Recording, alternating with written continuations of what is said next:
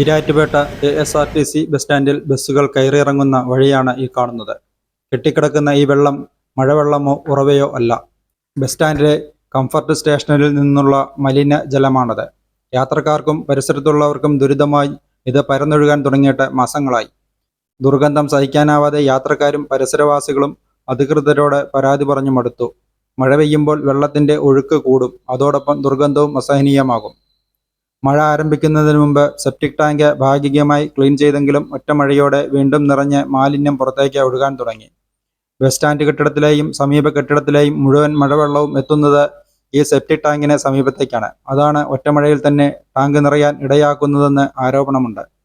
Tank വീണ്ടും clean ചെയ്യാൻ ഫണ്ടില്ലെന്നും സ്വന്തമായി കണ്ടെത്താനുമാണ് അധികൃതർ ആവശ്യപ്പെടുന്നതെന്നും ഡിപ്പോ ജീവനക്കാർ പറയുന്നു. ഇക്കാര്യത്തിൽ എന്തു ചെയ്യണമെന്നറിയാതെ കൈമലർത്തുകയാണ് അധികൃതർ.